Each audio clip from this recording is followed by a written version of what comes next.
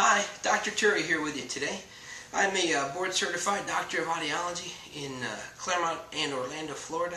And today's topic is hearing loss treatment. So you've made that hard decision, that all-important decision to finally seek treatment for your hearing loss. And today's topic is about what should you expect and most importantly, what you should not accept. Okay, so make sure you get a complete hearing test. If the hearing test takes about 2 minutes, 3 minutes, it's not a test. It's a quick screening to determine candidacy.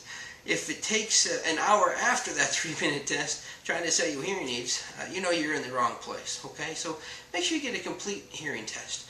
And then make sure that the emphasis after the test isn't about selling you hearing aids. It's about talking to you about your hearing loss, educating you on the hearing loss, answering your questions about hearing aids. If you feel any sales pressure, you're in the wrong place. Okay, so you finally made that decision. You found an office to go to. You felt like they were testing and counseling you appropriately. They weren't trying to say anything. And finally, you say, I'm ready to go. Yes, I have a problem. Yes, I want to get some hearing aids. And they start the process. So once you do that, make sure that you've got plenty of follow-up care. If the office that you're in schedules you for a fitting, and then they say, hey, see you in a month, you're in the wrong place. You should have at a minimum an appointment 1 week after your initial fit. I think 1 or 2 days is probably overkill. A good week of wearing your hearing aids and then coming back and seeing your provider to talk about good things, bad things, that's plenty of time for you to get a good feel of what's going on. After that visit, you should have another visit a week after that. All right. Sometimes if you're an experienced user, we bring you about 2 weeks after that first follow-up visit.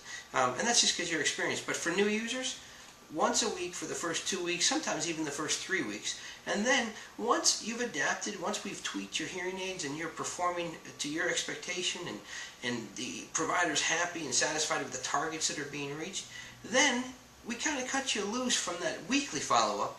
But it's very, very important that you've got scheduled follow-up care even after that initial adaptation period.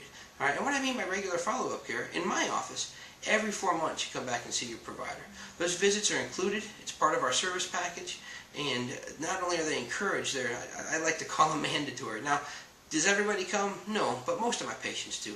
The reason for that is I'm going to catch things from talking to you, from looking at your hearing aids, from listening to your hearing aids. I'm going to see little things, little changes that aren't a major problem, but they're going to be if we don't stay on top of them. So at those 4-month follow-ups, we spend a lot of time talking about how everything's going with your hearing and make appropriate changes at that time.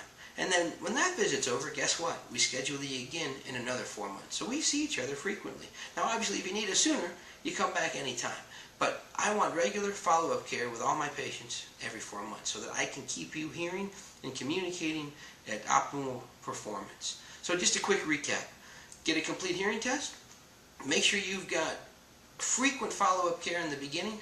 And make sure you've got long-term scheduled maintenance, regular visits to discuss issues and maximize your performance. Every 4 months is sufficient. Hope that helped. Feel free to call or email with any questions. Dr. Turri at fixmyhearing.com. Thank you.